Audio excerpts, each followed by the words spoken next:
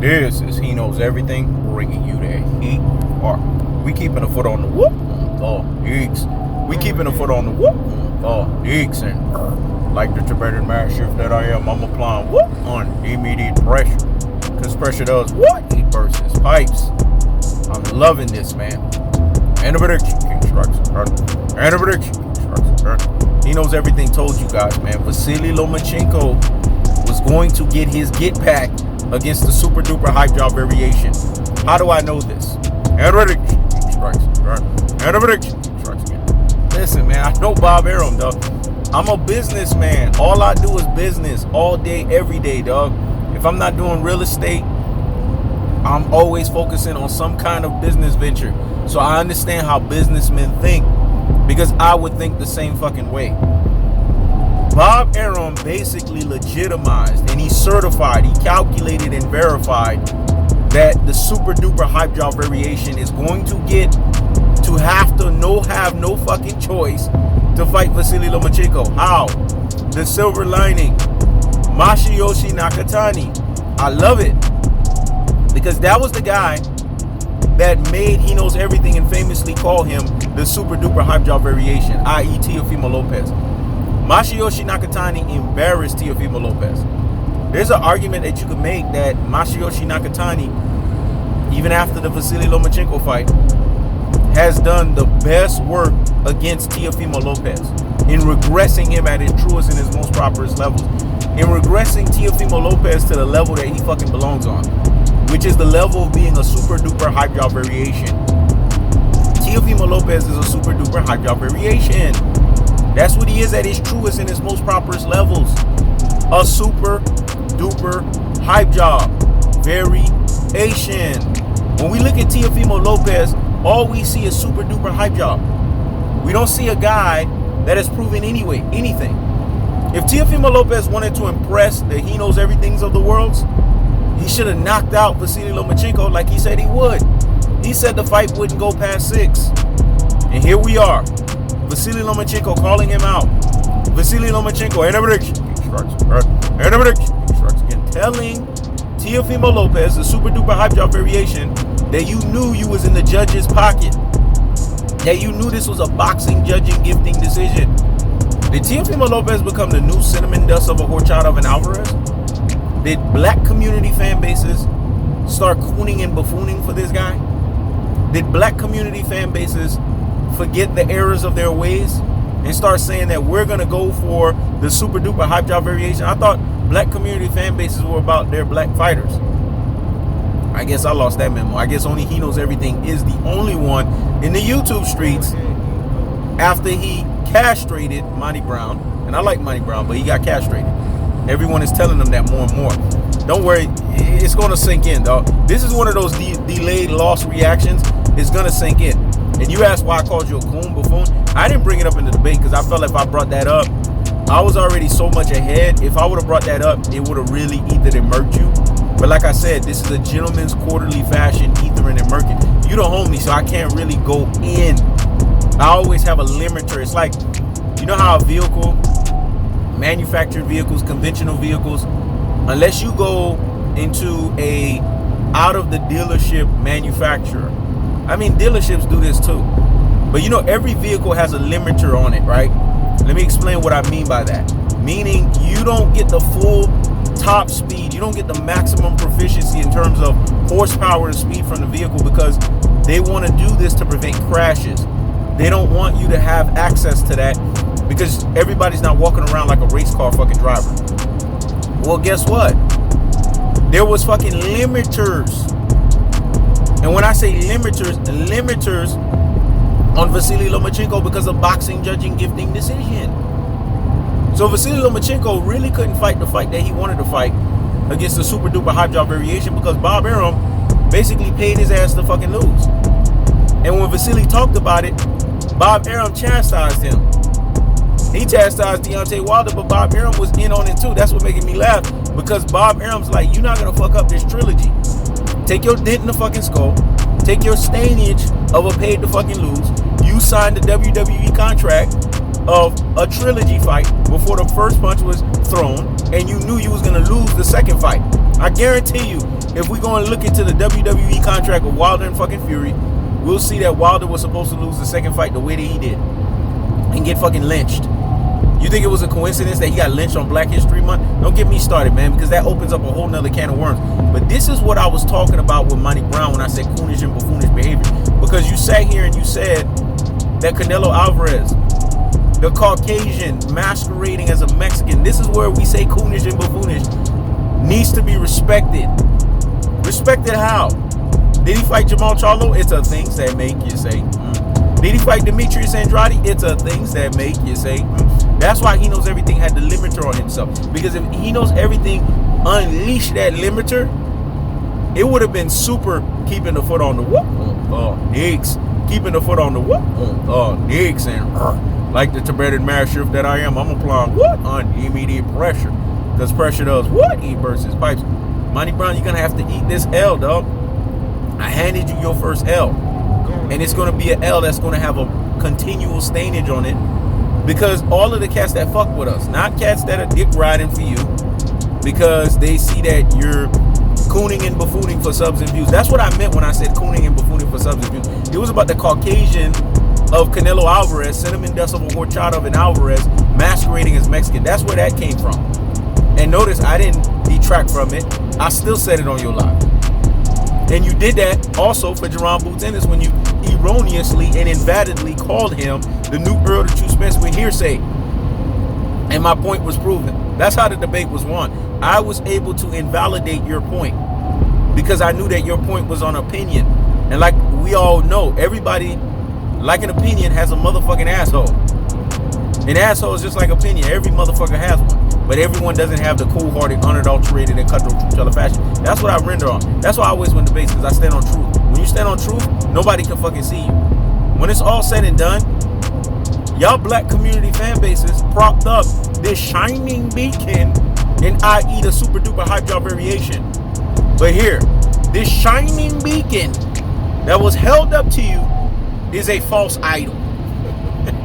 You know I gotta channel my Bane each and every single time that I can, dog. Bane is a true alpha extraordinaire governed by true alpha economics.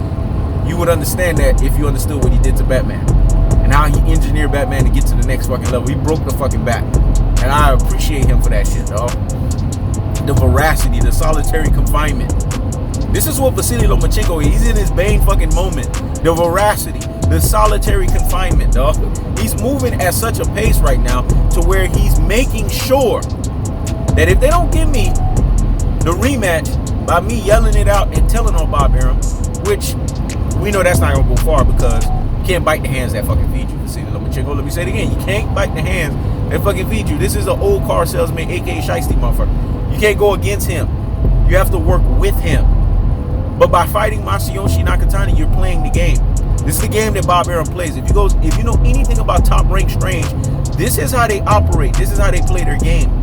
They basically unction it. They basically manufacture it. They basically engineer it this way so that Bob Arum can get 2 fights, rematches, trilogies, portlets. This is what Bob Arum does. This is the Top Rank Strange special. And if any of you Rudy Poo and Plum Plum Brains, classic dotes and troglodytes, ultra fanboys with the ultra fanboy rhetorics, don't think that Vasyly Lomachenko and the super duper hype job variation is going to have a rematch, it's a things that make you say, It's a things that make you say, You will remember this conversation.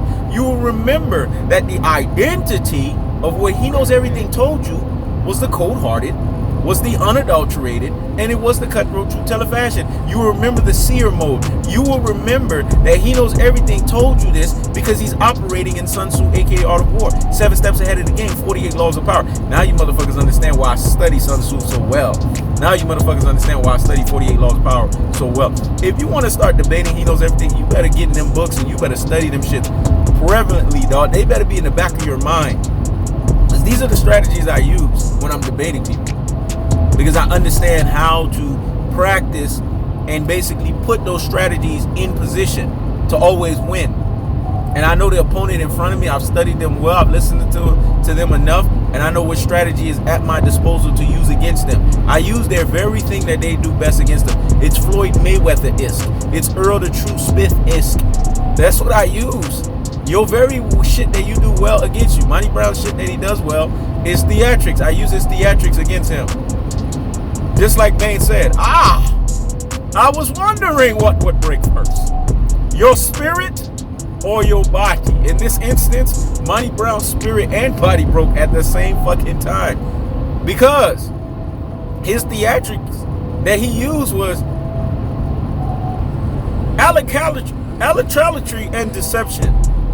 Powerful agents to the uninitiated. But we are initiated, aren't we, Monty? He tried to use intricality and deception, dog, which is theatrics. It's powerful agents to the uninitiated, i.e. the Rudy Poo and the Plum Plum Braids, the classic notes and the troglodytes, the ultra fanboys with the ultra fanboy rhetoric. But we are initiated. You know why we initiated? Because we both are boxing aficionados. I'm not uninitiated. So you can't use no intricality and deceptions against me, dog. Aren't we, Monty Brown, dog? And that shit shocked Batman. And then Batman, like Monty Brown did theatrics again, went into the dark, bringing up Kurt Anderson, going up, riling up the chat, dog. This is how I dispatched this cat. And then I was like, oh, you think the darkness is your ally. You merely adopted the darkness. I was born in it. I was molded by it. And I didn't even see the light. And until I did, it became a blinding unto me.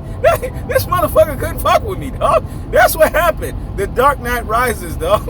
And then he stood up and dealt with the unequivocal point. The pivotal point of, I was wondering what would break first. Your spirit or your body, dog. That's what happened. Both of them bitches broke at the same time. Because when it's all said and done, you're dealing with a guy that's wordplay off the charts. You're dealing with a guy that's savvy like nobody's business, dog. And that's what I did. I used what I use best at my disposal. And I basically ensured that what he used best at his disposal was basically useless.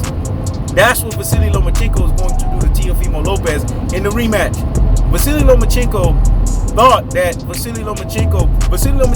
Teofimo Lopez was more than what he is. He actually viewed his opponent as a Transformers more than me, Stiaz. He respected him too fucking much. In boxing, when you're at that level, you don't fucking respect your opponent. If Earl the True Spence was sitting around here respecting opponents, he wouldn't be getting W's. If Tank Davis was sitting around here respecting opponents, he wouldn't get fucking W's. If the Charlo brothers were sitting here respecting opponents, they wouldn't be walking around here getting fucking W's. That's why Deontay Wilder found that didn't his fucking score. He respected Tyson Fury a little too fucking much in the second fight. He didn't do that in the first fucking fight. But we know it was a paid-to-lose WWE affair on top of that. Paid-to-lose Glovegate situation. But he was sitting there being timid as fuck. And that's what Vasyly Lomachenko did in that first fight. He was timid as fuck. But you ain't gonna see that with Loma. Loma already know the power he's dealing with, or the lack thereof, the overrated power in the super duper hype job variation. So you're gonna see Vasyly Lomachenko from round one be the fighter that he is. But first things first, Masayoshi Nakatani has to get done the fuck up first. Once that happens, which it will, and once he has a great performance against him, it's going to basically put pressure. And Bob Arum's going to be able to now justify the pressure because the super duper hot job variation fucked up by canceling his fight because he couldn't sell a chicken dinner, let alone a cookout. He's giving Bob Arum ammo to basically dish rag him and tell him, this is what the fuck I'm telling you you're going to do because you've wasted money. So you guys don't understand business. When Teofimo Lopez just did this pulled this bullshit because he was feeling some type of way that he's not box office like Gervonta Tank Davis, and he knew his numbers weren't going to do what Gervonta Tank Davis was going to do, and he didn't want to be nowhere near around that so that he could get embarrassed by the box office cachet of a Gervonta Tank Davis. It cost Bob Arum money. Anytime a promoter, educate you motherfuckers on shit like that. That's just like me. Anytime, I go through the whole ebbs and flows and the peaks and the valleys and the trials and the tribulations and the ups and the downs with a prospective tenant that wants to basically come and live in one of my fucking units or one of our fucking units, and then they renege. Well, the application fee, all that shit that was fucking paid, credit check, all that shit that was fucking paid. Because of the app that I fucking use for that shit. That's money down the fucking drain. It's the same fucking principle with Bob Arum. The money that's put up, the advance that's put up. Boxing is a three-pronged monster: economics, politics, and pugilism. Teofimo Lopez has hell to fucking pay. And you know what it is? And you know what Bob Arum's gonna hold over him? Because I'm teaching you guys this shit, dog. I'm a three-dimensional thinker. I'm teaching you this motherfucking shit. It's called, you made me waste fucking money, now you have to rematch Vasyly Lomachenko. If that shit wasn't in the cards, well, guess what? That motherfucking shit is in the cards now. Because I'm gonna force your hand to do that shit. Because you owe me. And the super duper hype job variation can't get out of that shit. And that's why I love how beautifully the old car salesman, aka Shiesty motherfucker, he started listening to He Knows Everything videos. I got ride a little bit on this one. And he started listening to, oh shit, I do have a boxing mind. I do have a business mind. Let me use that shit. I'm not old and senile yet. I'm still spry. I still can get my shit up. I still can fuck.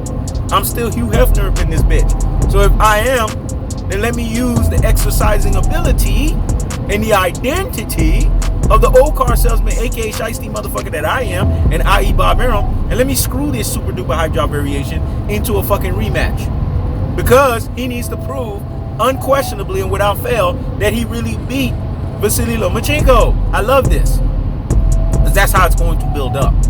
And everyone that has the true boxing eye test, we're talking about real G's, super real G's, and ultimate real G's out here in these boxing streets, they will see the denotion of this. They will see the reality of this. They will see the identity of this. That when it's all said and done, Masayoshi Nakatani is the silver lining rule, is the silver lining fighter that's going to get Vasyly Lomachenko and the super duper hype job variation back into the boxing ring. That's the cold-hearted. That's the unadulterated. That's the cutthroat two-teller fashion. I keeps the foot on the whoop. Oh, eeks. I keeps the foot on the whoop. Oh, eeks. When it's all said and done, Bob Arum, you're an old car salesman, aka Shiesty motherfucking genius. Super duper hype job variation, you're fucked. Because you shouldn't have now canceled that fight. Now looking back on it, because hindsight is fucking 2020. That's why I say you and your dad are hustling for fucking dummies.